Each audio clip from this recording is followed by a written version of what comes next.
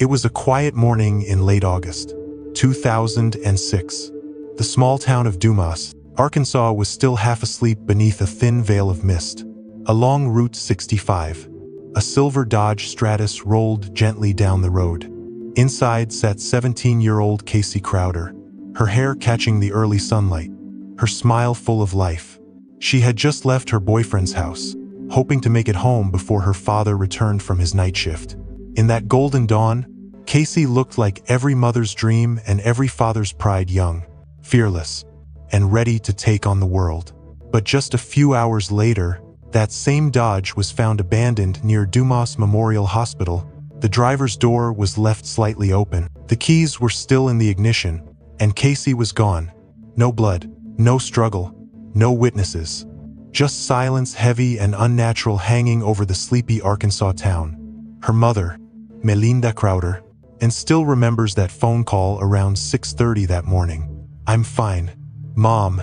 I just ran out of gas." 7 hours later, Casey's phone went dead forever. People in Dumas began to whisper, "Someone must have seen her. Someone must know what happened." But the truth was buried in the shadows until investigators uncovered it through the unblinking eye of an old security camera. In a town where everyone knows your name, the worst monsters aren't strangers. They're the ones who wave at you every morning. On the morning of August 26, 2006, the sky above Arkansas was a soft, endless blue, calm, ordinary, deceptively peaceful. Casey Crowder, 17 years old, woke early at her boyfriend Adam Brigham's house. She knew her father, who worked night shifts, it would be home soon, and she didn't want him to find out she hadn't stayed at her friend's, as she claimed. So, before the sun even rose, around 5 o'clock, Casey quietly slipped out the door, carrying a few dollars and that fierce independence everyone admired about her. Driving her silver Dodge Stratus down Route 65, she passed endless cotton fields wrapped in morning fog. The radio hummed softly. It was just another Sunday morning until the gas gauge blinked empty. At 6:30 a.m., she called her mother. "Hey Mom, I ran out of gas. I'm near the hospital in Dumas. Don't worry, I'm fine. I'll just walk to the Exxon down the road." Her mother, Melinda, offered to bring her gas, but Casey refused. She always wanted to handle things on her own. That confidence, the same trait that made her so loved, would be the last thing anyone ever heard from her. 2 hours later, Melinda tried calling back. No answer. She left a message, her voice still calm. "Honey, I'm sorry I didn't come. I thought you were okay. Call me when you get home." But Casey never called. By noon, the unease turned to panic. Melinda phoned her husband, Martin, and together, they drove the 40 miles to Dumas. The highway seemed endless. Melinda sobbed between words, "I should have gone. I should have gone." At 1 in the morning, they finally found the car parked on the shoulder near Dumas Memorial Hospital. The driver's door was slightly ajar. Inside lay her purse, her phone charger, and silence. No footprints, no broken glass, no signs of a struggle. Just absence, the kind that feels heavier than any evidence. Martin called 911. Within minutes, local police arrived. Soon, FBI agents joined, led by Sergeant Todd Daly. He knew that the first 24 hours were everything. If they didn't find her soon, they might never find her at all. Melinda refused to leave. She checked into a small roadside motel and told officers, "One thing I remember is saying, I am not leaving this town until I find my daughter." The next morning, search teams scoured fields, ditches, and back roads. Flyers bearing Casey's smiling face appeared on store windows. Yet no one had seen her, not one witness. In a town where everyone knew everyone, that was the most chilling part. As the sun set over the cotton fields, Melinda whispered, half to herself, "I told myself she just ran out of gas, that she'd call any minute." But a mother knows deep down when something's gone terribly wrong. The morning after Casey Crowder vanished, the town of Dumas felt different, as if the air itself had thickened. People spoke in whispers, locking doors a little earlier than usual. 17-year-old Casey had simply disappeared, and there wasn't a single clue to explain how. Local police had reached a dead end. There were no witnesses, no sounds of a struggle, no trace of a girl who had called her mother just hours before. That's when the FBI stepped in. Special Agent Todd Daley, a seasoned investigator with decades of experience handling missing person cases, knew one thing for certain. If Casey walked to the gas station, at least one camera would have caught her. So, he started from scratch. The McDonald's, the Sonic Drive-In, the hospital, even the Dollar General, every place near the abandoned Dodge Stratus was checked. Dozens of surveillance tapes were collected, and agents began the painstaking work of watching them frame by frame, second by second. For hours, they stared at screens filled with grainy footage, people buying breakfast, cars driving by, the sleepy rhythm of small-town life. But not once did they see Casey. It was as if she had vanished between two breaths. Daley leaned back in his chair. If no one saw her walk, he said quietly, then maybe she never made it that far. That single sentence would change everything. Following standard FBI protocol, investigators began looking inward at the people closest to Casey. In 75% of disappearances, the perpetrator is someone the victim knows. That statistic pointed to one person, Adam Brigham, Casey's boyfriend. Adam was brought in for questioning, barely 18. He looked pale, exhausted, and scared. "We went to a party," he explained, voice trembling. "Then we stopped by Sonic for food. She left around 5 a.m. I gave her some money for gas." He mentioned that as Casey was leaving, two friends, Jimmy and Jay, had just arrived to pick him up for a fishing trip. That made them the last three people to see Casey alive. Daley and his team pulled the Sonic surveillance tapes. At exactly 7:04 a.m., a white pickup truck appeared on the footage, followed by a truck belonging to Jimmy. At that same time, 7:04, Casey's phone records showed she tried to call Jimmy 4 times, with no answer. The coincidence was hard to ignore. Jimmy and Jay were questioned separately. Both admitted they saw Casey's car parked on the roadside that morning but claimed they didn't stop. "We thought maybe she'd already walked to the gas station," they said. Their stories aligned mostly, but small inconsistencies crept in. Why hadn't they called for help? Why had Adam, her boyfriend, not tried harder to find her when she didn't pick up? Daley studied their faces, the way their eyes flicked between each other. He saw fear, yes, but also genuine confusion. They might be hiding something, or they might just be scared kids caught in a nightmare. Without physical evidence, the FBI couldn't detain them. They had to be released. But Daley couldn't shake the feeling that something about the timeline didn't add up. That evening, he returned to the site where Casey's Dodge sat abandoned. The hospital loomed in the distance. The gas station lights flickered faintly half a mile away. The stretch of road between them was quiet, hauntingly empty. He stood there for a long moment, then scribbled a note in his field book. If no one saw Casey walking, maybe it's because she never walked. Someone stopped. She trusted them enough to get in. And just like that, the focus of the investigation shifted from the people she loved to the stranger she should never have trusted. A week had passed since Casey Crowder disappeared. The Arkansas sun still burned bright, indifferent to the search team scouring every ditch and field around Dumas. To the Crowder family, each hour felt like another lifetime. Melinda still refused to leave town. She clung to hope the way a drowning person clings to air. Then, on September 2nd, 2006, hope died.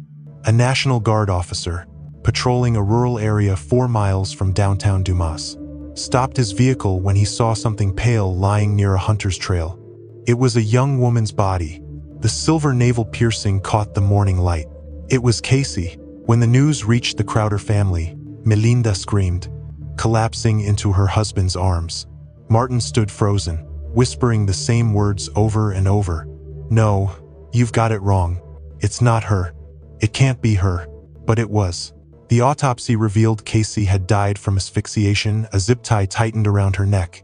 Her clothing was torn. Though there were no definitive signs of sexual assault, the investigators understood immediately this wasn't a crime of lust. but of control. In a meeting room, dimly lit by fluorescent lights, Agent Todd Daley laid a single photo on the table, a blurry still from hospital surveillance footage. At 6:42 a.m., a white Chevrolet Silverado drove past the hospital toward the highway. 3 minutes later, at 6:45, it appeared again, this time speeding in the opposite direction, heading toward the area where Casey's body would later be found. And hours after that, the same truck showed up again on Dollar General's camera, moving fast down Route 65. Daley's pen struck the table with finality. That's our link. Whoever drives that truck took her. The vehicle was identified as an early 2000s Chevrolet Silverado with distinct black markings on the doors, uncommon for a small town like Dumas. The FBI decided to set up a checkpoint at the exact stretch of road where Casey's car had been found. The morning of September 3rd, at around 6:30, a white Silverado with black door stripes rolled to a stop at the checkpoint. Behind the wheel sat Kenneth Osborne, a local truck driver, 46 years old, lifelong resident of Dumas. In the passenger seat was his teenage daughter, whom he was driving to work at a nearby nursing home. He was polite, cooperative, the kind of man neighbors described as quiet but kind. Yet something about him felt off. When Daley's eyes landed on his hands, he noticed deep scratches, fresh, jagged, almost defensive. Osborne smiled faintly and said, "My dog did that. He gets a little rough sometimes." Further checks revealed Osborne was a widower raising 2 children alone. A man of routine, ordinary to the point of invisibility. But it was that very routine that caught the FBI's attention. He drove that same route every Sunday. The same time Casey went missing, they pulled his phone records next. The signal from his cell phone pinged not near his home, as he had claimed, but near the wooded area where Casey's body was found. The pattern was undeniable, the timeline precise, the evidence quietly damning. Daley stared at the map covered in red pins, each marking a sighting of the white pickup. Together, they formed a perfect circle around Kenneth Osborne's path that morning. "He's not some outsider," Daley murmured. "He's part of this town, and that's exactly why no one ever suspected him." The next day, Osborne was called in for questioning. He walked into the station calm, respectful, even sympathetic. "I've got 2 daughters," he said softly. "I can't imagine what that family's going through." Daley watched him closely. The voice was steady, the face was human, but the eyes were empty. And in that emptiness, Daley recognized something he'd seen before in the monsters he'd hunted for decades. The most dangerous killers aren't the ones who look evil. They're the ones who look like us. Morning light filtered through the blinds of the Arkansas State Police interrogation room on September 4th, 2006.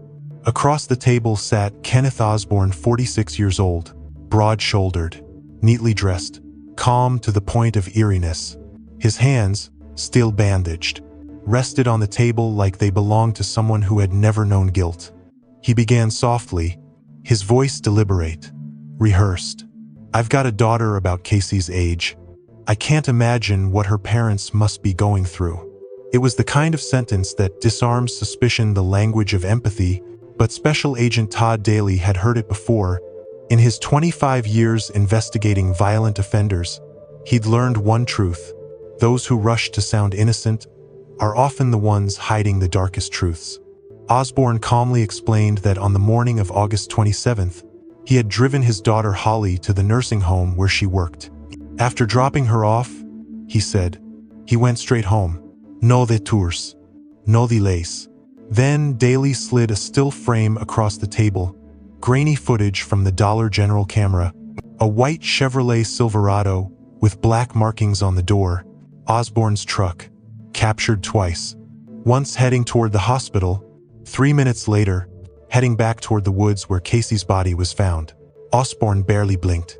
"I forgot to buy cigarettes," he said, turned around to go back. It was a plausible lie until his cell phone records contradicted it. That morning, his phone had connected not to the tower near his home, but to one located just miles from where Casey's body was discovered. The silence that followed was long and heavy. Daley didn't fill it. He knew silence was where truth often broke. But Osborne didn't break. He simply stared, calm and blank. The kind of emptiness only found in men who had long since divorced themselves from empathy. Without a confession or physical evidence, they had to release him. For now, the town was stunned. Osborne wasn't some drifter. He was the neighbor who mowed his lawn every Sunday. The man who waved at everyone from his truck. No one wanted to believe he could be a killer. But a week later, the investigation took a chilling turn. A woman who worked with Osborne's daughter came forward. She told police she waved to Osborne as he drove by that Sunday morning. He didn't wave back, which struck her as strange. And in the passenger seat, she noticed a blonde girl slumped against the window. She thought it was Holly, but when she arrived at work, Holly was already there. Her voice trembled when she told the agents it wasn't his daughter. It had to be that missing girl. That statement was enough to reopen everything. The FBI reconstructed Osborne's route that morning using surveillance and witness data. It painted a clear, horrific picture. Casey, stranded and out of gas, had accepted help from a man who seemed kind. He told her he had a gas can and could drive her to the nearest station. She trusted him, why wouldn't she? It looked safe, familiar, but instead of turning toward Exxon, Osborne kept driving down Route 65, deeper into the backroads. When Casey realized something was wrong and demanded to get out, he struck her. She lost consciousness. He pulled over, dragged her into the woods, and tied her wrists with zip ties, his tool of control. There was no sign of sexual assault, but her torn clothing told a story of intention and resistance. Casey had fought back. She had scratched him, clawed at him, made him bleed. And when she did, Osborne pulled the zip tie tighter until she stopped moving. Daley read the final autopsy line aloud to his team that night. Cause of death: mechanical asphyxiation. Evidence of active struggle. He exhaled slowly. She fought him, he said quietly. 17 years old, and she fought him to her last breath. In October 2006, Kenneth Osborne was convicted of first-degree murder and sentenced to 40 years in prison. He showed no emotion, no remorse, just a flat stare. "I don't remember doing anything wrong," he said in court. The words froze the room. To Agent Daley, the case was solved but never closed. Because what haunted him wasn't the evidence or the photos, it was the realization that Osborne didn't kill out of rage or desire. He killed because, in that moment, he could. And that kind of evil, the quiet, ordinary kind, is the hardest to see coming. Not every monster hides in the dark. Daley would later write, "Some of them live among us smiling, polite, waiting for the right morning to stop their truck." In October 2006, the courtroom was silent as the judge read the verdict. Kenneth Osborne guilty. Sentence: 40 years in prison. Osborne didn't flinch. He nodded once, his expression blank, eyes hollow. No apology, no regret, just an empty man listening to the price of his own cruelty. In the back row, Melinda Crowder collapsed into her husband's arms. The mother who once believed the world was still kind now understood how fragile that belief truly was. Her voice cracked as she whispered the only question that would haunt her forever. Was she scared? No one could answer, but the scratches on Osborne's hands told the truth. Casey fought. For Agent Todd Daley, the verdict didn't feel like victory. Justice had been served. Yes, but no one walked away whole. He wrote in his final report, "Justice doesn't always arrive with applause. Sometimes, it comes quietly in the broken silence of those who've lost too much to feel relief." 8 years later, in 2014, Osborne filed an appeal, hoping for parole in 2025. When reporters told Melinda, she didn't cry. She simply said, "I'm not afraid of him getting out. I'm afraid he'll hurt someone else." Years have passed. Yet Dumas still remembers. Every mother who drives past that stretch of Route 65 tells her daughter the story of Casey Crowder, not just as a warning, but as a prayer. Kenneth Osborne is behind bars. But the ones who survived, they serve a different kind of sentence. The sentence of memory, of guilt, of all the what-ifs that can never be undone. Melinda keeps a photo of Casey on her nightstand, 17 years old, forever. smiling, alive in a moment that time can't touch. If I could go back, she says quietly, I'd get in the car, I'd bring her gas, I'd be there. But now, I just hope someone else hears this story and doesn't make the same mistake I did. Then silence. Sometimes, it only takes one answered call to save a life. Follow us for more true stories about where crime, conscience, and the human heart intersect, because every tragedy teaches us what it means to be human.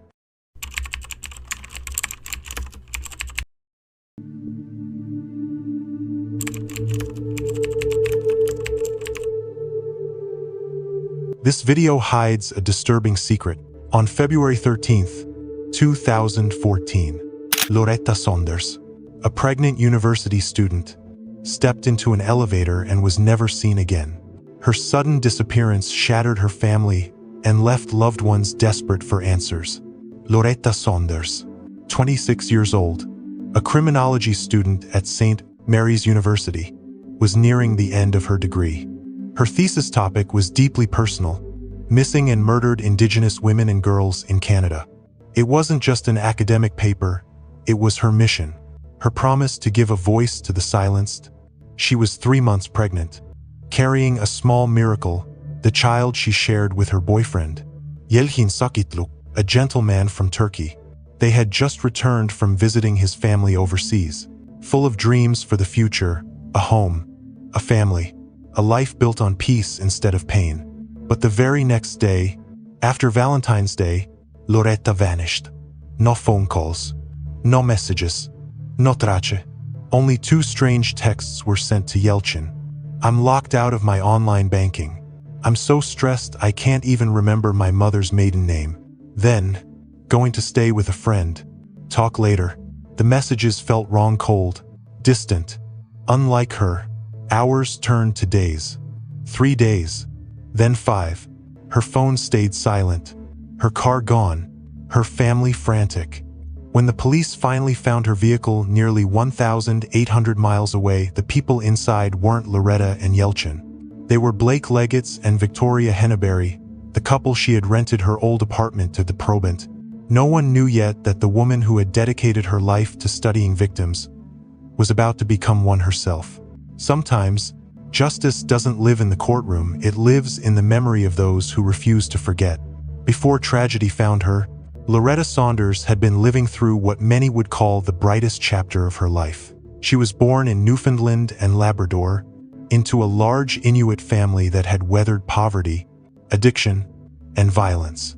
From childhood, Loretta and her sister Delilah, or DM, as everyone called her, had endured physical and sexual abuse, a lack of education, and years of instability. Yet, even amid darkness, Loretta carried a quiet strength, the kind of determination that burns low, steady, and unbreakable. In her early 20s, she decided to leave home and move to Montreal alone. It was supposed to be a fresh start, but the city, cold and unforgiving, swallowed her whole. Within months, Loretta was addicted, homeless, and sleeping on the streets.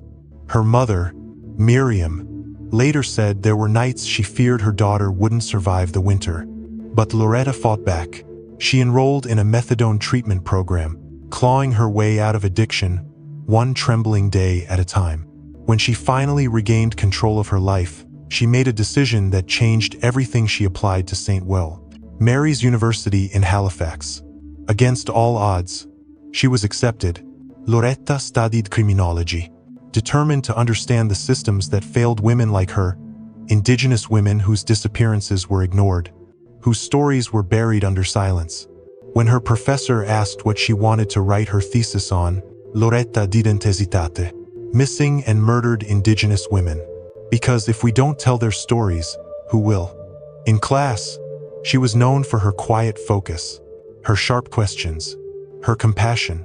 She wasn't chasing grades, she was chasing justice. By 26, her life had finally found direction.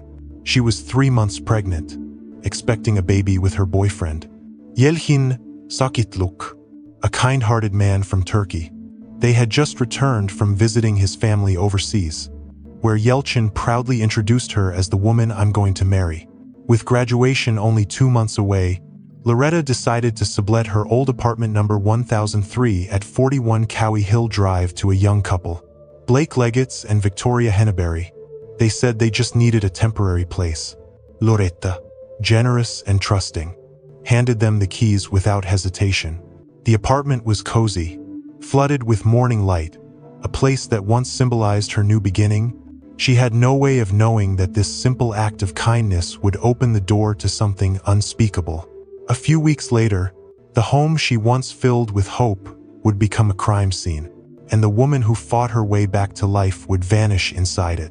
When the light burns brightest, the shadows are never far behind. February 13th, 2014, a cold Thursday morning in Halifax. Snow dusted the sidewalks as Loretta Saunders left home with a clear planned stop by her old apartment at 41 Cowie Hill Drive to collect rent from her tenants, Blake Leggett's and Victoria Henneberry, then spend the afternoon studying. A normal day, nothing unusual, nothing to fear. At 11 o'clock that morning, the building's security camera captured Loretta entering the lobby. She wore a dark coat, her hair tied neatly back, her expression calm and focused, the look of a woman whose life was finally coming together. That image would become the last known sighting of her alive. That evening, her boyfriend Yelchin received a text. "I'm locked out of my online banking. I'm so stressed I can't even remember my mother's maiden name." A few minutes later, another, "Going to stay with a friend. Talk later." Short, cold. Unlike her, the words felt wrong, mechanical. He replied, called, begged her to pick up. Nothing. The next morning, panic began to creep in. When Yelchin couldn't reach her, he called DM, Loretta's sister. She hadn't heard anything either. Loretta, the woman who called her mother every day, had gone silent. 3 days passed. No phone calls, no messages. Her car was gone, her wallet missing, her phone off. Finally, the family filed a missing persons report. Halifax detectives began with the most obvious lead, Yelchin. They searched his home, questioned him for hours. Everything was in order. His grief was real. He was ruled out. They didn't pay the rent, they hadn't paid yet. So they just kept coming up with excuses. She said she was stressed and she locked herself out and banking, online banking. And she needed money. It's I'm so stressed that I can't even remember my own mother's maiden name. Then came the apartment at Cowie Hill Drive. Room 1003 was locked. Inside, the space was strangely pristine, too clean. No signs of a struggle, no blood, no disturbance. A neighbor mentioned the tenants, Blake and Victoria, had gone away for a few days. Investigators reviewed every second of surveillance footage from the building. Loretta entered at 11 that morning, but she never came out. Not through the front door, not through the parking garage, not through the fire exit. It was as if she had simply vanished. Meanwhile, the story began to spread. Local news stations aired her photo, a bright-eyed young woman, smiling softly. 26-year-old university student, 3 months pregnant. Missing since February 13th. The family of a woman who is missing in Halifax is appealing for public help. Loretta Saunders is 26 and was pregnant when she disappeared last week. As Ross Lord reports, her sister says she is clinging to hope because she knows Saunders is strong and smart. Her mother Miriam appeared on camera, voice trembling. "She's strong. She wouldn't just disappear. Please, please help me find my daughter." Social media exploded with the hashtag #BringLorettaHome. Strangers volunteered to search, print posters, raise money to fly the family from Labrador to Nova Scotia. Hope still lingered, fragile, but alive. People care, and they're all coming out to do whatever we can offer. Tonight, police are making arrangements to bring the roommates back to Nova Scotia as the search for Loretta Saunders continues. Tom Murphy, CBC News, Halifax. Then, a breakthrough. Detectives discovered Loretta's bank cards were still being used at 5 o'clock on February 13th. A transaction appeared at a convenience store in Bayers Lake. Security footage showed a woman in a blue jacket using the card. Minutes later, another charge at a Tim Hortons 10 miles away. But the woman wasn't Loretta, and the man driving the car wasn't Yelchin. The illusion of hope shattered. Detectives cross-checked the footage, the car registration, the bank data. One by one, the clues lined up. Every trail led back to the same two names. Blake Leggett's and Victoria Henneberry. They had vanished. Loretta had vanished. And the car that once carried her to class, to the life she had fought for, was nowhere to be found. Until, 8 days later, a call came from Harrow, Ontario, nearly 1,800 miles away. Loretta's blue Toyota Corolla was parked outside a small suburban house, and inside that house were Blake and Victoria. What began as a missing persons case was now something far darker. The search for Loretta Saunders was about to uncover a truth more horrifying than anyone could have imagined. 8 days after Loretta disappeared, the investigation took a shocking turn. Detectives in Halifax received a call from police in Harrow, Ontario, nearly 1,800 miles away. They had found Loretta's car parked outside a small suburban house. The people living there were Blake Leggett's and Victoria Henneberry, the same couple who had rented Loretta's apartment. When officers entered the house, the pair acted calm, almost bored, as if none of this concerned them. On the coffee table sat Loretta's cell phone. In Blake's pocket, her bank cards. The police arrested them on charges of possession of stolen property. But deep down, the detectives already knew this was no simple theft. Back in Halifax, investigators reviewed the security footage from 41 Cowie Hill Drive once again. 2:30 in the afternoon, February 13th, the camera captured Blake exiting the elevator, dragging a large black hockey bag. He was sweating, hunched, struggling under its weight. 30 minutes later, he returned carrying 2 more bags. On the final trip, Victoria was beside him. No one else left the building that day. And Loretta never came out. Detectives exchanged glances, no words needed. The truth was staring back at them from the grainy footage. A search of Blake's phone revealed something even more chilling. A video recording. In it, Blake, drunk, angry, filmed Victoria as they argued. This is why Victoria should not drink. You really think I don't want to be with you? When I'm sober? If you... It's stupid. Why? What have I done? You can't even say that you really want to kill Loretta. You said that you want to kill her earlier. When did I say that? When police confronted Victoria with the video, the mask cracked. Her voice trembled, tears falling as she whispered, "He did it. He killed her. He smothered her with a bag, because we didn't want to pay the rent." From there, the horror unfolded piece by piece. Where's the hockey bag now, Vicky? Vicky? Vicky? Look at me, Vicky. Where's the bag, Vicky? You already told me you killed her, and you were there. That afternoon, Loretta had arrived to collect $600 in overdue rent. She sat down, waiting patiently. Blake walked up behind her and wrapped his arm around her neck. She fought back fiercely, clawing, kicking, desperate to live. He grabbed 4 plastic bags, one after another, trying to suffocate her. She tore through each one. In frustration, he slammed her head against the floor once, twice until she stopped moving. Then, coldly and methodically, he wrapped her body in plastic wrap, stuffed her into the hockey bag, and dragged it down the hallway. Together, Blake and Victoria carried it out to Loretta's own car and drove away. On the road, they used her bank cards to buy food. They even used her cell phone to text Yelchin, pretending to be her, assuring him she was fine, that she just needed some space. For days, they drove west, eating, laughing, spending her money as if nothing had happened. 2 weeks later, Victoria finally broke. She agreed to lead police to where they'd left Loretta. On the side of a lonely highway in New Brunswick, buried on a melting snow, officers found a black hockey bag.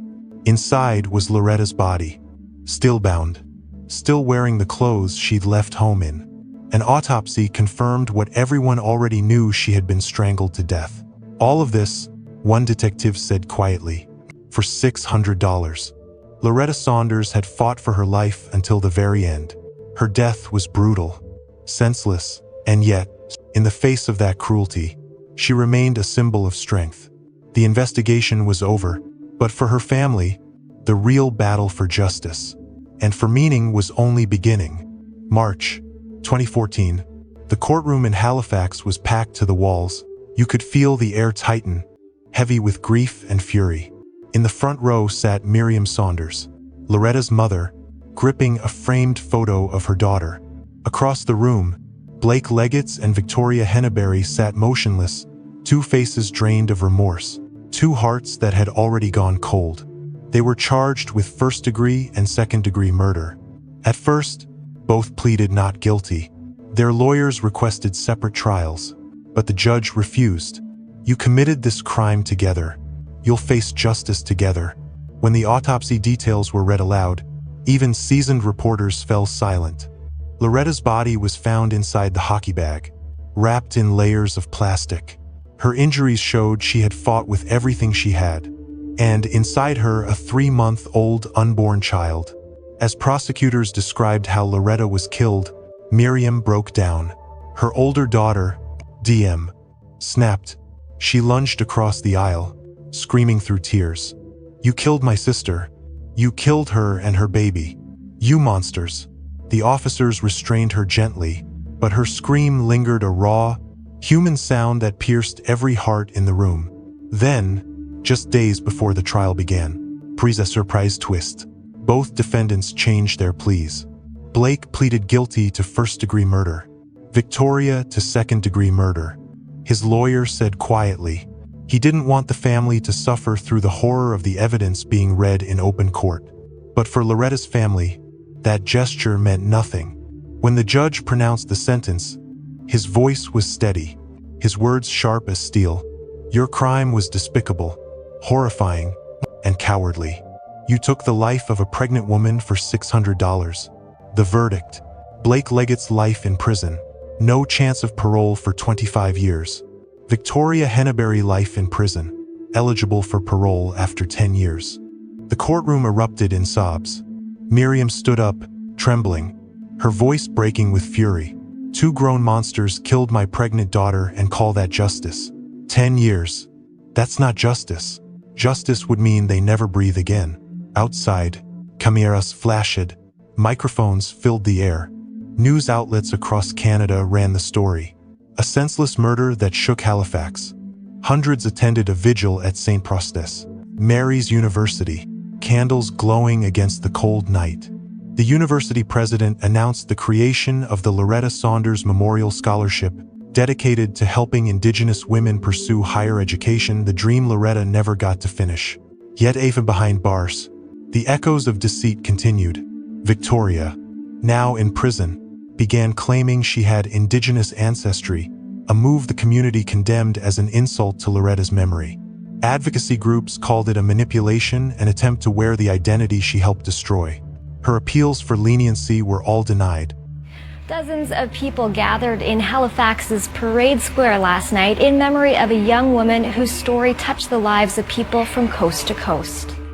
Meanwhile, DM, Loretta's sister, channeled her grief into action. She started a blog titled A Homicide Survivor's Journey Through Grief, and later collaborated on the documentary Highway of Tears, which exposed the epidemic of missing Indigenous women across Canada. She once said, "Loretta should have been the one telling this story. I'm just speaking because she can't." But even as she spoke, you could see it, the weight she carried, the kind of pain that doesn't fade, only folds itself deeper into the soul. The trial had ended. The sentences were given. And yet, for Loretta's family, justice still felt incomplete. February of 2014 came and went, but the wound it left behind never healed. In the years that followed, Loretta Saunders' name became more than a headline. It became a symbol of unfinished justice. At St. Mary's University, where she had studied with such determination, a memorial scholarship was created in her honor, the Loretta Saunders Scholarship, supporting Indigenous women in higher education. Every year, when recipients are announced, They speak her name not as a victim, but as a light that keeps burning.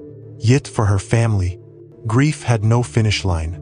Her sister DM, who once turned pain into purpose, eventually lost her battle with addiction and passed away in 2021. At the memorial, their mother Miriam said softly, "Now they're together again. I pray they found peace. Somewhere justice doesn't have to be fought for." Those who knew Loretta say she had a particular kind of gaze, steady, searching, full of empathy, as if she could see both the pain and the potential in every person she met. She never got to finish her thesis, but the last lines she wrote still live on, like a message left behind. "My story isn't unique. Thousands of girls face what I could never wish upon another human being. Through this work, I hope to give them hope to show that change is possible." Blood on her hands from my daughter, and she got 10 years. Now what kind of justice is that? You tell me what kind of justice. A pregnant woman, a small little pregnant woman, two big monsters. And you know, they say they give us justice. 10 years. Is that justice? Anybody? Pregnant women, murdered. Two murderers. I like to see I would like to see the death penalty come in.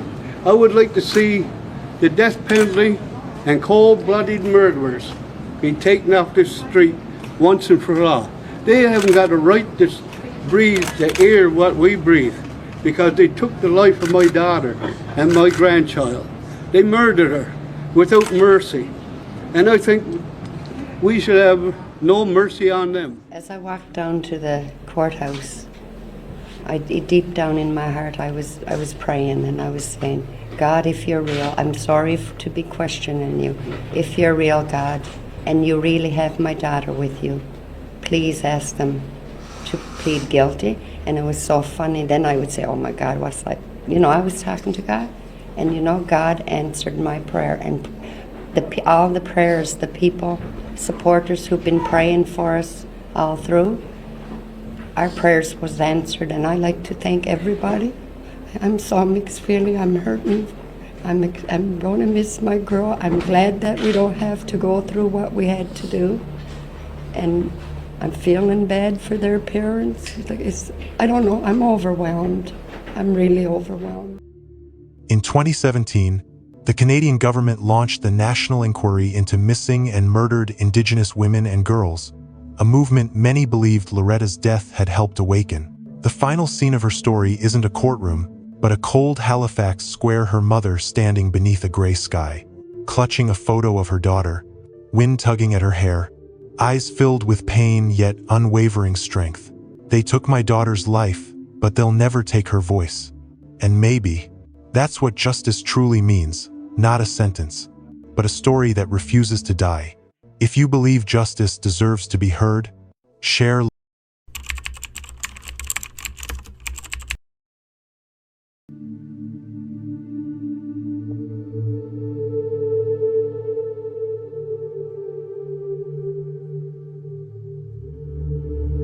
Hello everyone. Welcome back to Whodunit, where we always bring you the most chilling true crime mysteries.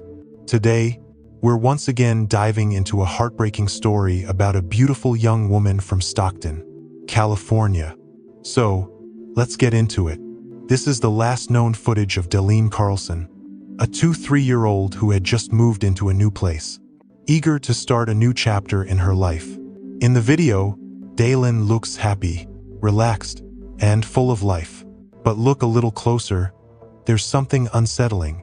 A man, a complete stranger, walks up and wraps his arm around her waist. Almost instantly, Dalene heads for the restroom, clearly uncomfortable with his presence. About 20 minutes later, she walks outside and approaches someone, but the glare from the lights makes it impossible to see who it is. That's when things start to feel off. Dalene begins acting strangely, completely out of character. What happened that night? Why did she seem so shaken after that encounter? When investigators reviewed every frame of the surveillance footage, they uncovered a chilling truth, one almost too disturbing to believe. Dalene didn't deserve anything that happened to her. Not one bit of it. That Saturday night, August 6th, 2011, should have been just another night for 23-year-old Dalene Carlson. After weeks of settling into her new life, she finally wanted a little fun. A break before school began. She was living with her Aunt Maggie and cousin Cecily in Stockton, the only family she had nearby, and her energy had filled their quiet home with laughter again. Dalene was very excited to come to Stockton to go to school. She had potential to do whatever she wanted to do. When I found out that Dalene wanted to come here and live with us, it made me feel really good. She feels comfortable with being with her auntie. Made me feel proud. The plan was simple.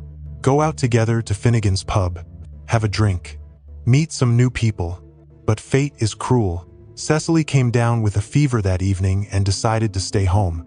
Dalene hesitated, then smiled and said she'd go alone, just for a couple hours. Before stepping out, she turned back and promised, "I'll be home by 1 o'clock. Aunt Maggie, don't worry." It was the last time Maggie ever saw her alive. 1 o'clock came and went.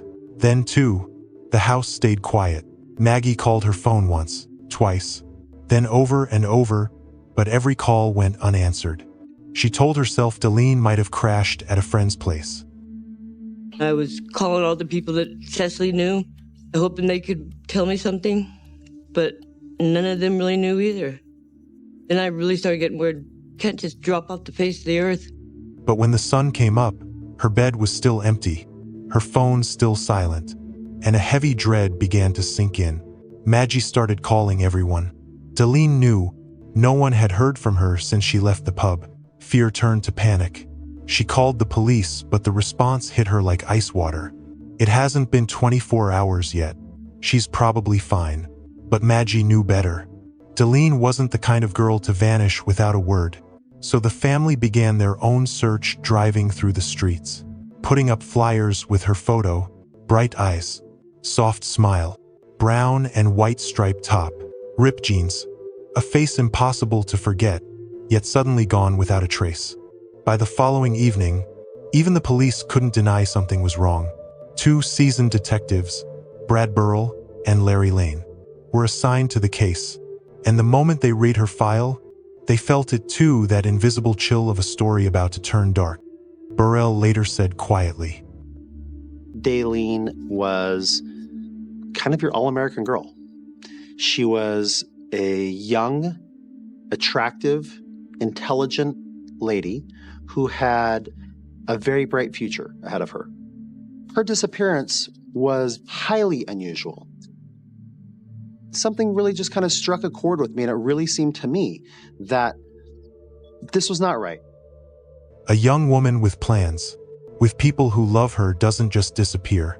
Something happened that night, and somewhere between the music, the laughter, and the neon lights of Finnegan's pub, evil had already found its way in. Detectives Brad Burrell and Larry Lane from the Stockton Police Department knew from the start this wasn't just another missing person case. Something about it felt wrong.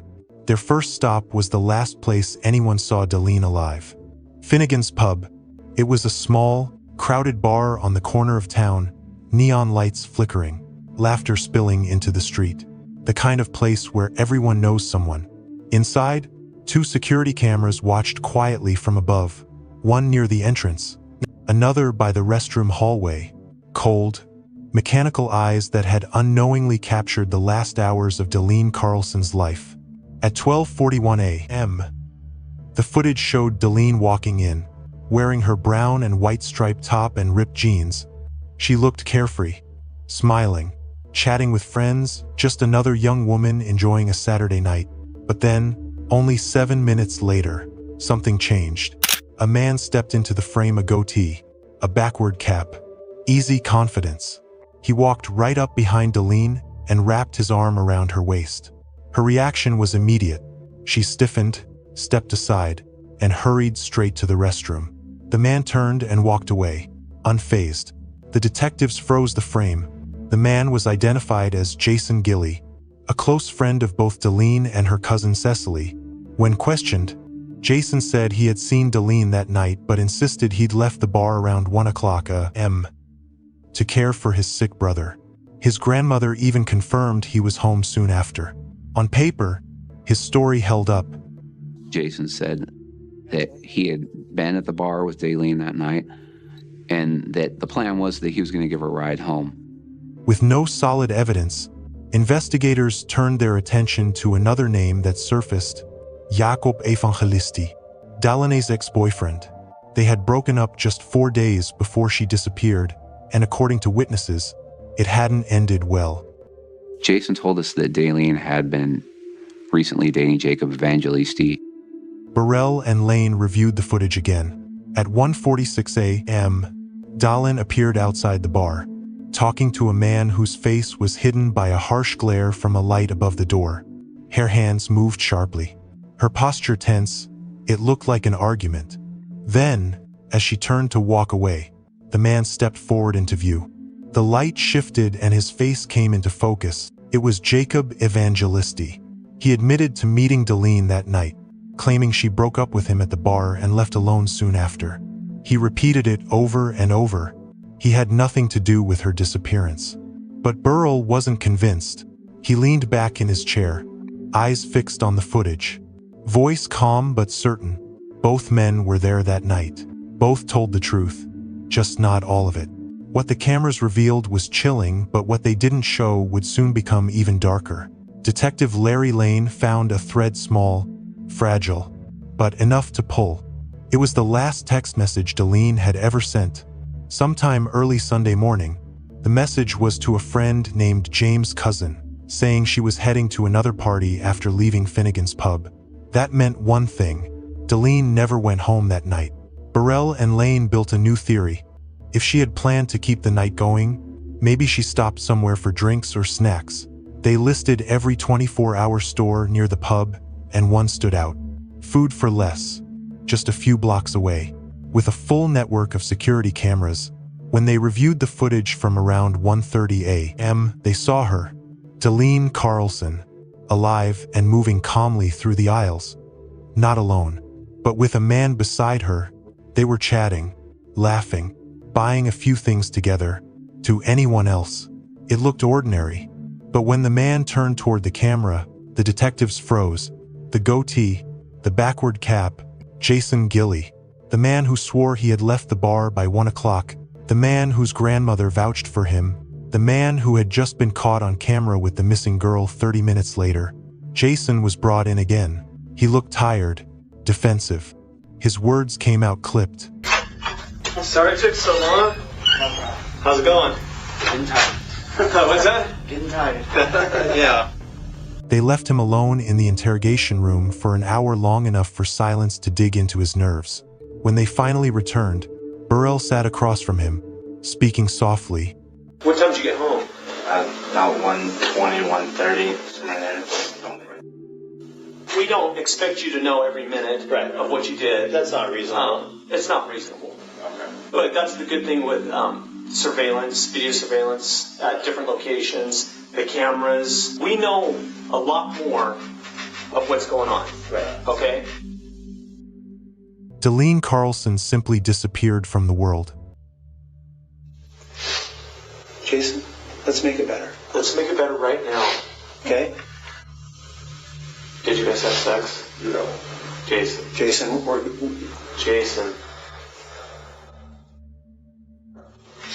We had sex and we hung out for a little bit more and then she just said she wanted to go home.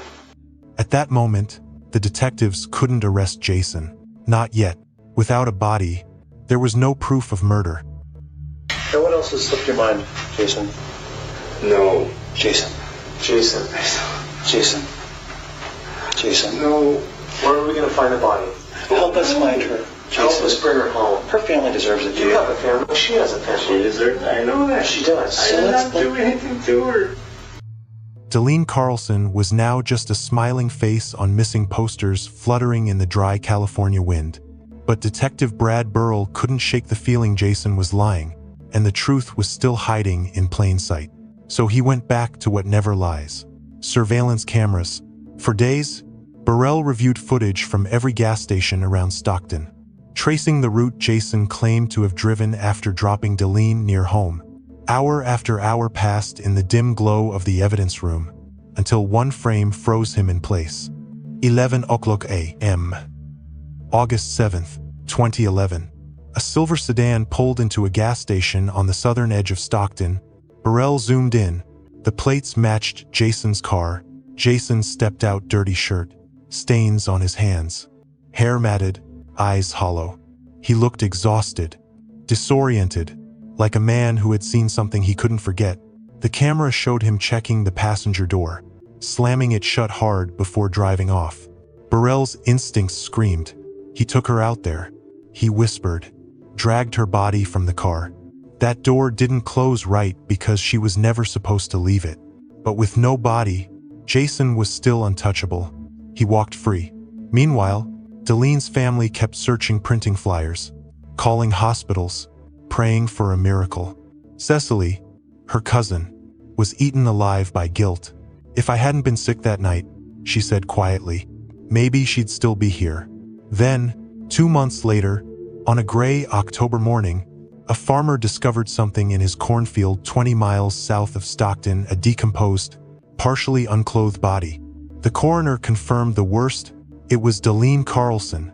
She had been shot multiple times in the torso, and once execution style, in the back of the head. Nearby, investigators collected several H&F 22 caliber shell casings scattered in the dirt. When the news broke, Stockton fell silent. Aunt Maggie's voice trembled as she spoke to reporters. I didn't want it to be her. I didn't want it to be Dalene. But then on the other side of it, I wanted closure, to know what happened, where she was, bring her home. Days later, a confidential informant called the police, saying Jason owned a Borke 22 caliber handgun that wasn't registered. When tested, the bullets matched perfectly with those found at the crime scene. Jason Gilley was finally arrested, and this time, he couldn't lie his way out. Justice doesn't hurry. It waits patiently, quietly, until light reaches even the darkest corner. And when it does, the one who thought he'd escaped finally meets his shadow. The courtroom was silent when the verdict was read. Jason Gilley, once a friend, once a familiar face at every party, now stood as a convicted murderer, sentenced to life in prison without parole. But in that moment, under the cold light of justice, no one felt relief. At the back of the courtroom, Aunt Maggie sat clutching a framed photo of Dalene, the same smile, the same eyes that would never meet hers again. Her voice trembled when a reporter asked if she felt justice had been served. They say justice is done, she whispered. But to me, justice would be her coming home. And that will never happen. Dalene Carlson, 23 years old, bright, curious, full of plans, she had believed the world was still a safe place. She didn't know that evil can wear a familiar face, speak softly, and smile like a friend. Jason Gilley thought he could erase his tracks. But no one outruns time or the unblinking eyes of a camera. Every frame remembered what he wanted to forget. And justice was waiting. A pause, a breath, then, softly, if you want to keep following these stories where light exposes the darkness, and every truth carries a price, stay with me. The next case might keep you up at night.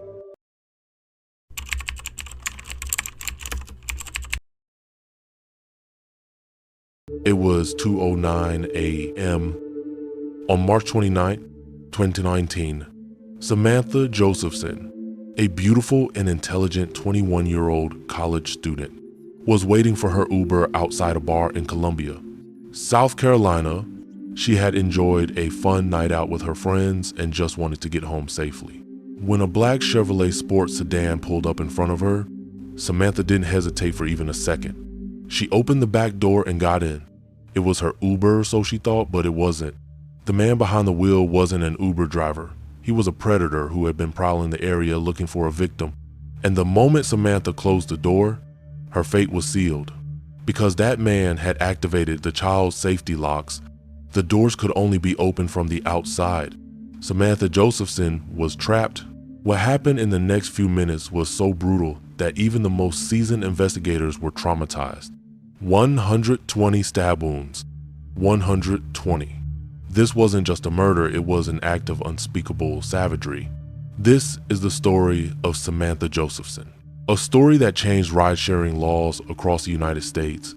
A story that reminds us how one small mistake can cost a life and one that should never have happened. To understand the gravity of this tragedy, we first have to know who Samantha Josephson was. Born on October 20th, 1997 in Princeton, New Jersey. Samantha grew up in a warm and loving Jewish family. Her parents, Seymour and Marcy Josephson, often said she was the light of our lives.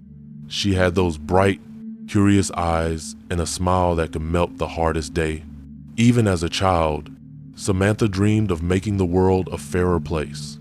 In high school, she stood out, not because she demanded attention, but because she gave it. She defended classmates who were bullied, stayed late at the library before exams, and never failed to lift people's spirits. To her teachers, Samantha proved that kindness and brilliance can coexist. In 2015, she enrolled at the University of South Carolina, majoring in political science. It wasn't a random choice. Samantha wanted to become an international lawyer, someone who could fight for the voiceless, protect the vulnerable, and bring justice across borders. In her essays, she often wrote about faith in justice and the moral duty of her generation to shape a better world. Her friends remembered her as the one who always smiled, a member of Alpha Gamma Delta, known for bringing light into every room she entered. She wasn't just smart, she lived vibrantly. Samantha studied abroad in Barcelona, wandered through the narrow streets of Madrid and Paris, jotting notes about diversity and empathy in her travel journal. Those experiences only deepened her belief that she was meant to help others beyond culture, beyond borders. By March 2019, Samantha was standing on the edge of everything she had ever worked for. She had been accepted into Drexel University School of Law with a full scholarship and even received another partial one from Rutgers University. In just a few weeks, she would walk across the graduation stage, diploma in hand, ready to begin the life she had always dreamed of. That night, March 28, 2019, she had no idea that the photo she took with her friends, laughing in front of the mirror before heading out, would be the last ones ever taken.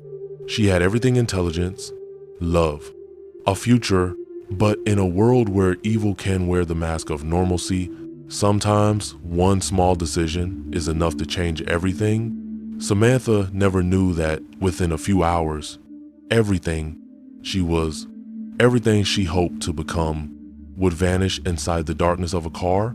Her light was extinguished that night, yet in a way, it still burns on. In the laws changed, in the awareness she inspired, and in the people who now whisper her name before stepping into a car at night. Because sometimes, a life stolen becomes the flame that saves others. It was the night of March 28th, 2019, in Columbia, South Carolina, a typical Thursday evening in the college town. The lights of 5 Points, the heart of the city's nightlife, flickered with the rhythm of music and laughter. Inside the Bird Dog Bar, Samantha Josephson and her friends were enjoying one of their last carefree nights before graduation. She wore a simple black dress, her smile bright and easy. No one knew this would be the last night anyone would ever see her alive. Around 2 a.m., Samantha decided to leave early. She had class the next morning, and as usual, she opened her Uber app to request a ride home. Her friends waved goodbye, expecting to see her the next day. His black Chevrolet Impala. He wasn't a rideshare driver. He was a hunter, a predator who prowled nightlife zones, looking for women alone, vulnerable, unsuspecting, trusting. At 2:09 a.m., surveillance footage captured the fatal moment.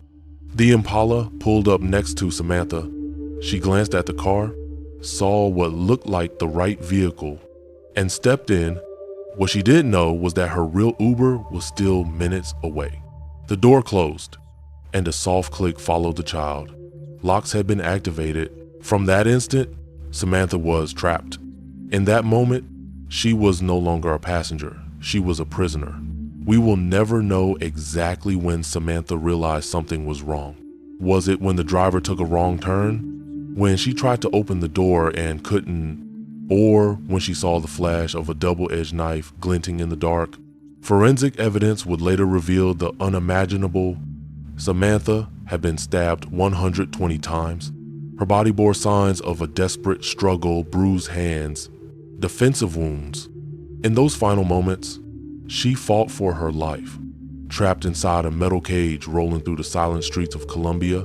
Outside, the city remained peaceful. Music echoed from bars, cars passed by, and the world kept moving, unaware that inside one of those cars, a bright young woman's future was being extinguished. After the attack, Rowan drove out of the city toward Clarendon County, 65 miles away, a remote stretch of forest, where he discarded Samantha's body as if she were nothing more than an inconvenience. Then he vanished into the night. Her phone stopped transmitting shortly after.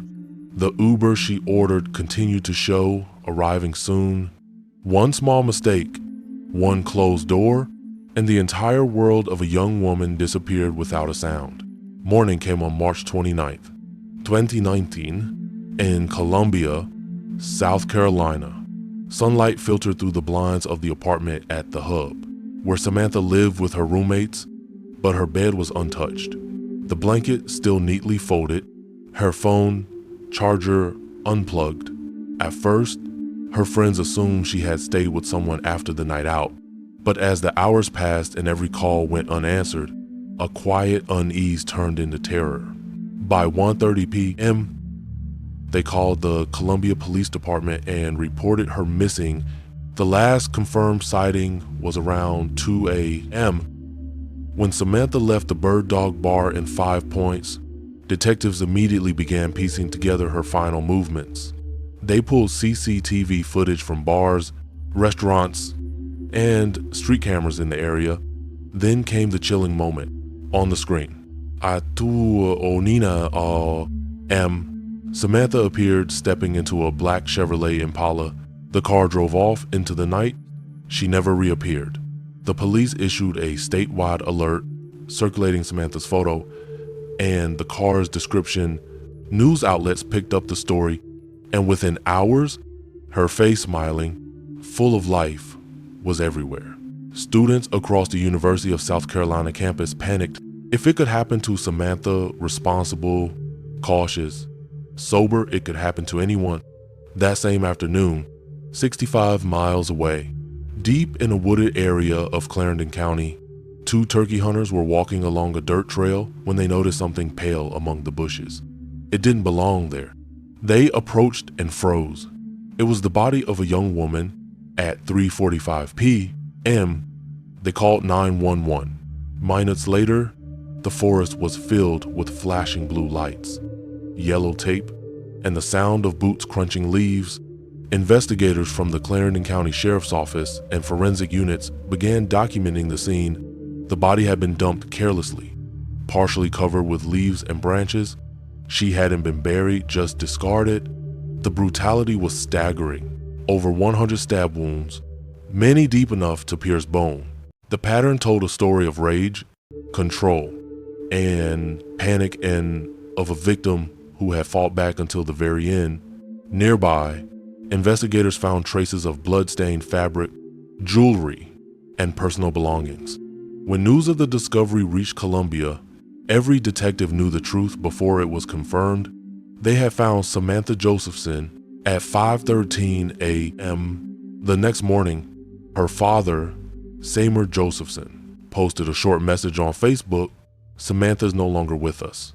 Students gathered in tears, holding hands, whispering prayers for a girl most of them had never met, but somehow felt they knew. At 10:50 a.m., University President Dr. Harris Pastides released a public statement. There are no words that can bring comfort, but in our grief, we find strength in the Carolina family that stands together even in sorrow. The campus mourned, and fear hung in the air like a shadow. Posters of Samantha's smiling face now carried a haunting message, a reminder that evil can hide behind ordinary moments. In the modern world, we trust our screens, our apps, our technology, the illusion of safety, but sometimes all it takes is one mismatched license plate, one wrong car, and that illusion crumbles. From that moment on, the investigation shifted. It was no longer a missing person case. It was a manhunt for a killer. In the early hours of March 30th, 2019, while most of Columbia, South Carolina still slept, a police officer patrolling near 5 Points noticed something strange. A black Chevrolet Impala creeping slowly through the same area where Samantha had disappeared. The license plate matched the one from the surveillance footage. The officer switched on his lights and signaled for the car to stop. He stepped out calmly, hands in his pockets. But when the officer approached, inside the car, detectives found bloodstains, along with Samantha's cell phone and her car keys. The evidence was immediate and overwhelming. At police headquarters, Detective Louise, the seasoned investigator leading the case, watched Rowan through the one-way mirror. The young man sat motionless, expressionless, eyes blank. That kind of silence, Louise later recalled, isn't innocence. It's satisfaction, the silence of a man who enjoys your fear.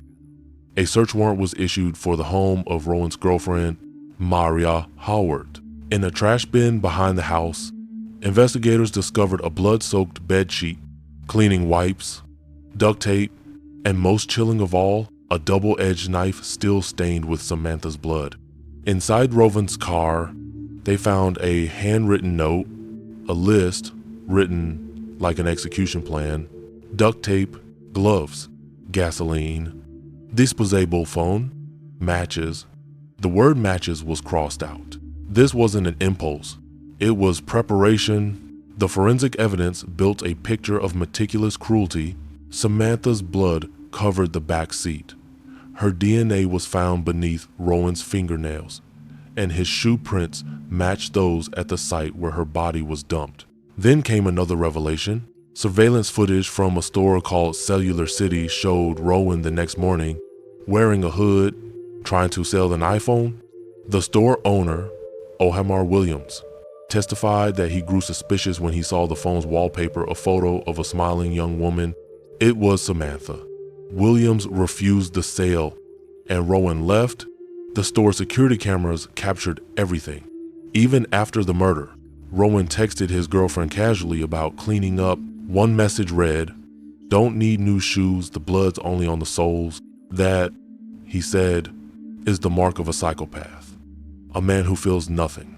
For him, life and death are just inconveniences. In July 2021, more than 2 years after Samantha's death, delayed partly by the pandemic, the trial of Nathaniel Rowan began. We'll proceed now to opening statements from the state. The prosecution laid out a devastating case. The surveillance video, the DNA, the knife, the phone, the handwritten list, every piece of evidence told the same story. Rowan showed no emotion, no regret, no explanation. He sat still, hands folded, as if the entire process were an inconvenience. On July 27th, 2021, after less than 1 hour of deliberation, the jury returned a unanimous verdict: guilty of murder, kidnapping, and possession of a weapon during a violent crime. Judge Clifton Newman looked directly at Rowan as he delivered the sentence. I have dealt with the heartless, and you fall into that category. A person without any remorse whatsoever. And for whomever asked me for leniency, that's not part of my DNA. The sentence in this case is easy, though painful it may be. The sentence of the court for murder is that you be committed to the State Department of Corrections for life. So thanks to all. If you remove Mr. Rowland from the courtroom. Once you're in the car, it's too late. We started the What's My Name Foundation. From Samantha's death came a legacy, a spark of change. Congress passed Sammy's Law, requiring rideshare companies like Uber and Lyft to display visible license plates, QR codes, and illuminated signs to verify drivers' identities. Her story became a national warning, a call for awareness, safety, and vigilance. One life lost, a system transformed. Yet for the Josephson family, justice could only go so far. Laws could change, courts could convict, but nothing could fill the silence at their dinner table. The empty chair in their home, the voice that would never call again. Rowan will spend the rest of his life behind bars, but every time a young woman checks her license plate before getting into a car, Samantha lives on not as a victim, but as a guardian. The screen fades to black. A heartbeat echoes faintly. Then, her voice gentle, distant as if from the other side of the night. If you ever take a ride home after dark, remember my name. I am Samantha Josephson.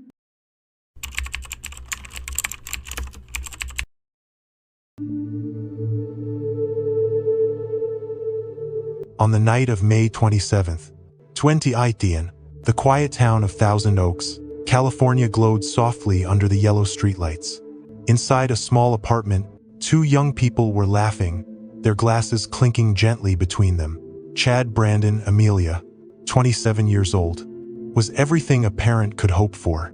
A rising accountant, a loving son, and a man with his whole future ahead. He had a steady job, a loyal dog named Athena, and a new love that made him believe in happiness again. Sitting beside him was Bryn Spicer, 26 years old, a brilliant audiologist who had once overcome deafness to help others hear the sound of life itself. That night, they shared nothing more than a glass of Irish whiskey, a few quiet stories, and a small puff of smoke meant to help them relax. But only a few hours later, a scream shattered the silence.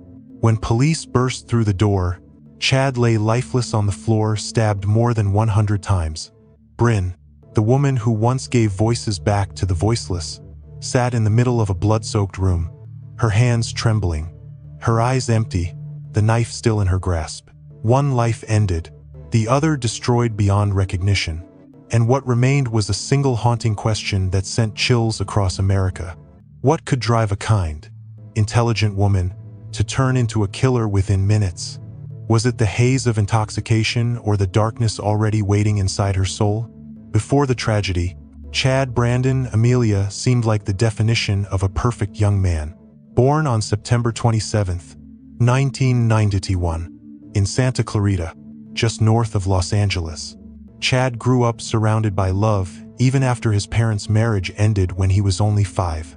His father, Sean Amelia, an Irish construction supervisor, and his mother, Michelle, a gentle yet resilient woman, made sure their son never felt the absence of family. From an early age, Chad stood out bright, kind, and athletic.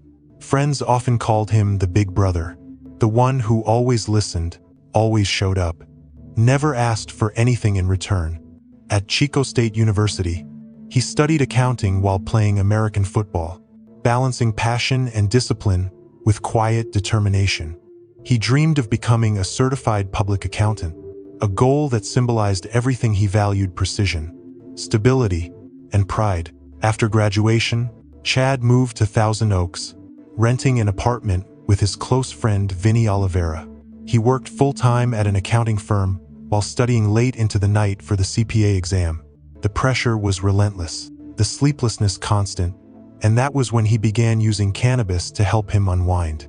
To his father, Sean, that habit felt like a stain on his son's bright future. Sean despised the smell, the haze, the dullness it brought, but Chad respected his father's boundaries. He never smoked in front of him, never argued. He believed he was in control.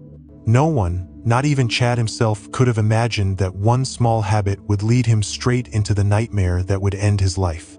On the other side of that story stood Bryn Spicer, born on January 25, 1991, in Chicago, Illinois.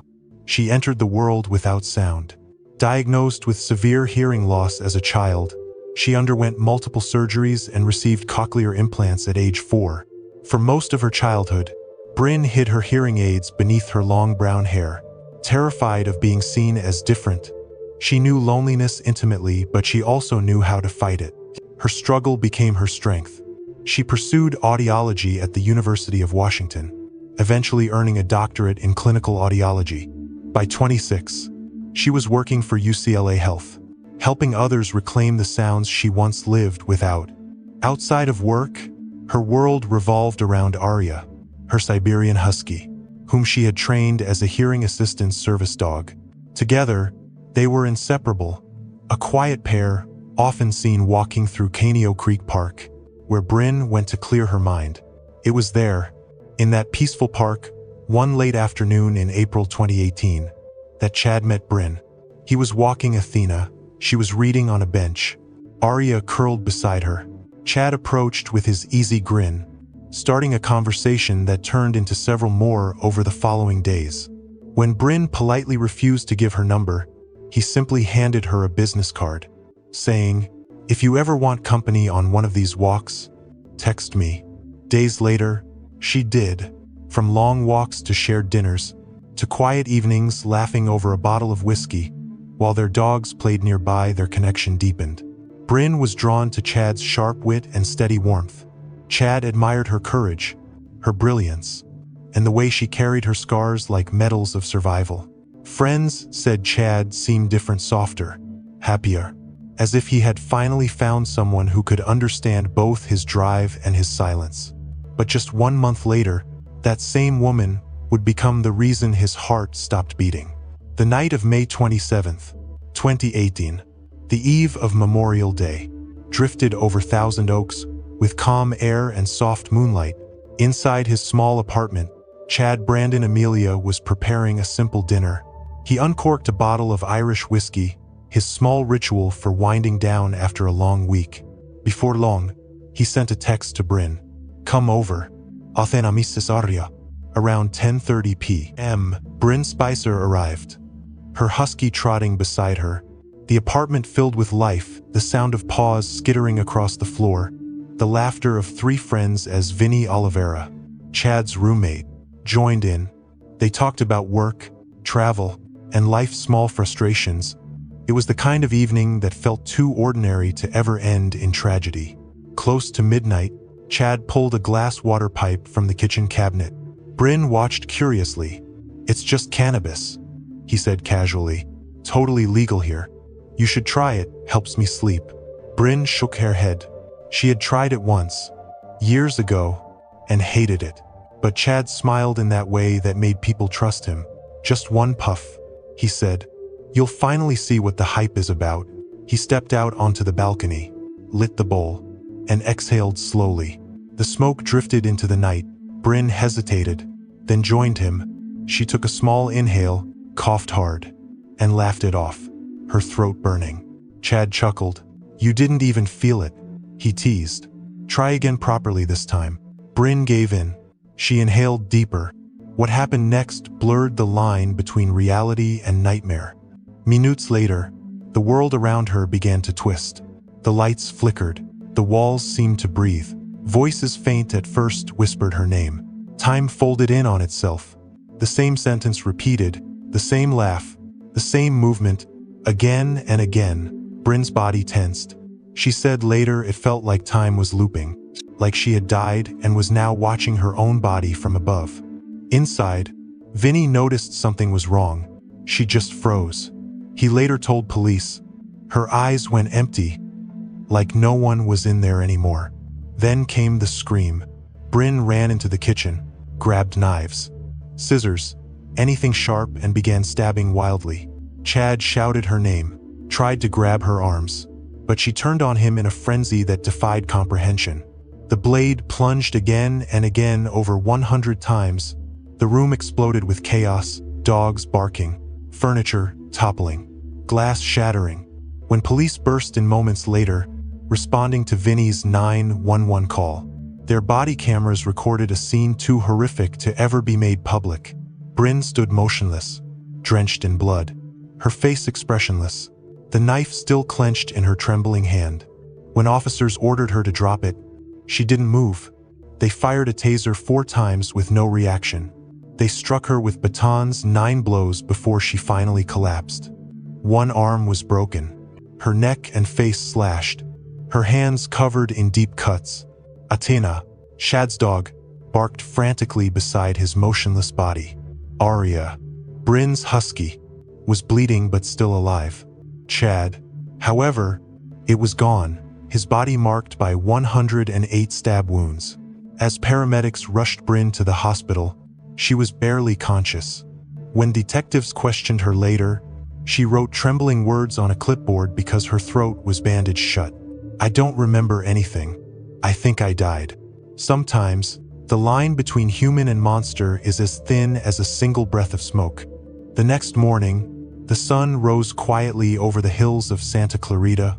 When the phone rang, on the other end was a calm, official voice, a detective from Ventura County Sheriff's Department. Sean Amelia froze as the words sank in. His only son, Chad, was dead, stabbed more than 100 times inside his own apartment. The suspect was Bryn Spicer, the woman his son had called the best thing that's ever happened to me only weeks earlier. Sean drove for over an hour to Thousand Oaks, gripping the steering wheel so tightly that his hands went numb. By the time he arrived, yellow police tape fluttered in the wind. A young officer handed him Athena's collar, still stained with dried blood. Sean later said in an interview, "That apartment wasn't my son's home anymore. It was hell." But true hell came moments later, when he had to tell Michelle, Chad's mother. He couldn't call her. He couldn't let her hear that kind of news through a phone. He drove straight to her house. When she opened the door and saw his face, she didn't need to hear a word. Sean said quietly, "I watched the light leave her eyes. That was the moment I lost her too." After the funeral, Michelle sank into deep depression. She stopped smiling, stopped taking photos, refused to celebrate anything. She told friends that to smile would dishonor my son. Her grief became her prison. She stopped taking her diabetes medication, stopped eating properly, stopped caring. 18 months later, she died of cardiac failure, her heart literally giving out under the weight of sorrow. When someone dies from 100 stab wounds, we call it murder. But when someone dies because their heart can't carry the grief anymore, what do we call that? While Chad's family was drowning in loss, Bryn Spicer was recovering from surgery, her throat stitched shut, her arm in a cast, her body covered in bruises. Unable to speak, she answered detectives' questions in writing. Her first words, "I told him no, but he made me do it." That single line split the investigation in two. Was Bryn coerced, or was it a calculated attempt to erase guilt? She claimed she remembered nothing after the second inhale, only blinding white light, looping voices, and the sensation of watching her own body from above. Her description was so vivid, so surreal, that detectives felt a chill. Some wondered if the cannabis had been laced with another substance. Toxicology reports, however, found only THC, nothing else. The case was no longer simple. The woman once known for restoring sound to others had now silenced a man forever. When Bryn was transferred from the hospital to the county jail, the public divided. To some, she was a monster, a killer hiding behind a medical excuse. To others, she was a victim of her own mind, destroyed by a drug society insisted was harmless. And through it all, Sean sat each night in Chad's old apartment, keeping everything untouched: the mug, the notes, the open notebook where Chad had written his final line, "CPA exam next week. Don't give up." He never did. But the world did. For 5 long years after that night, the name Bryn Spicer echoed through the courtrooms of California, a name that stirred outrage, pity, and confusion in equal measure. The trial was delayed again and again, motions for extensions, mental health evaluations, and later, the COVID-19 pandemic. Each time a letter from the court arrived announcing yet another postponement, Sean Amelia felt the wound in his chest reopen. In one interview, he said quietly, "I don't need her to die. I just need someone to admit my son's life was worth more than the word accident." Finally, on November 9th, 2023, the long-awaited trial began at the Ventura County Superior Court. The courtroom overflowed with reporters, legal observers, and strangers drawn by morbid curiosity. In the front row sat Sean, his hair now silver, his face hollow from years of sleepless nights. At the witness stand stood Bryn Spicer, now 32 years old. Her dark hair fell past her shoulders, scars faintly visible along her neck. In front of her sat a real-time transcription monitor, converting every spoken word into text. She could read a haunting image of irony. The woman who once helped others here now relying on screens to understand the world around her. Her voice trembled as she began recounting that night. She said that after inhaling the second time, everything shattered. Time looped. Voices filled her head. She saw herself dying, then floating above her own body. When the prosecutor asked, "Were you forced to smoke?" she shook her head and whispered, "Not forced. But I was scared to say no." That single line became the foundation of her defense. Her attorney argued that Bryn had been psychologically coerced, that she had suffered a cannabis-induced psychotic break, losing control of her mind and actions. He called expert witnesses who explained that THC, especially when contaminated or consumed by inexperienced users, could cause temporary psychosis, hallucinations, or dissociation. Even Vinny Oliveira, Chad's roommate, took the stand. He admitted he had smoked from the same pipe earlier that night and felt dizzy, lightheaded, almost like dreaming. His words sent a ripple of silence across the courtroom. In a courtroom, truth isn't always what decides a verdict. It's the story that the jury believes. But the prosecution wasn't silent. They presented text messages Bryn had sent to friends months before the killing, messages bragging about eating cannabis edibles, about getting so high she skipped work. The prosecutor raised her voice, holding the printed messages up for the jury. This is not a naive woman who didn't know what she was doing. This is someone who chose to use and someone who killed. The defense faltered. Their argument of innocence under intoxication weakened in Surth. A forensic psychologist testified that Bryn had no prior history of mental illness, suggesting her violence stemmed from choice, not psychosis. After 4 hours of deliberation, the jury returned. The air inside the courtroom was so heavy it felt impossible to breathe. Then came the words. "We find the defendant, Bryn Spicer, guilty of involuntary manslaughter. Not murder, not intent, just accident." On January 23, 2024, sentencing day arrived. Bryn received 2 years of probation and 100 hours of community service, no prison time. She wept. Sean stood up slowly, his eyes fixed on her. Then he turned and walked out without a word. Law can end a case, but justice dies with the victim. On the day of sentencing, the courtroom was so crowded that people stood shoulder to shoulder. The air felt thick not with anger, but with exhaustion. When Bryn Spicer took the stand one last time, she looked small beneath the weight of her own silence. Her hair fell across her face as she spoke, voice trembling. "I don't expect forgiveness. I just want to say, I'm sorry." No one answered. Then, from the front row, an elderly woman rose to her feet, Chad's grandmother. Her hands shook as she unfolded a piece of paper, her voice barely more than a whisper. "You took my grandson from me," she said, "but I forgive you, because if I don't forgive, then God won't forgive me either." The room broke. Reporters wiped their eyes. Even the judge looked down, but Sean Amelia, Chad's father, didn't cry. His expression was blank, not out of hatred, but from a grief so deep it had gone beyond tears. As he walked out of the courthouse, cameras caught him, saying quietly, "2 years of probation, that's not justice. My son doesn't get a second chance." In cases like this, no one wins. The living are not survivors, they're carriers of memory, condemned to live with the echoes of what can't be undone. Outside, the world argued. Some called the sentence merciful, others called it a mockery of justice. But for both families, there was no victory, only 2 broken lives that could never be pieced back together. Months later, on a quiet April afternoon, Sean returned to Caneo Creek Park, the place where Chad and Bryn first met. He sat on the same wooden bench, now faded by time. The wind rustled through the trees, and from somewhere far off came the faint sound of a dog barking. He couldn't tell if it was Athena, or just the echo of memory. Maybe evil doesn't begin with the knife. Maybe it begins the moment we believe one small breath, just one harmless escape, can quiet the pain inside. But sometimes, that single breath of smoke is all it takes to turn love into tragedy.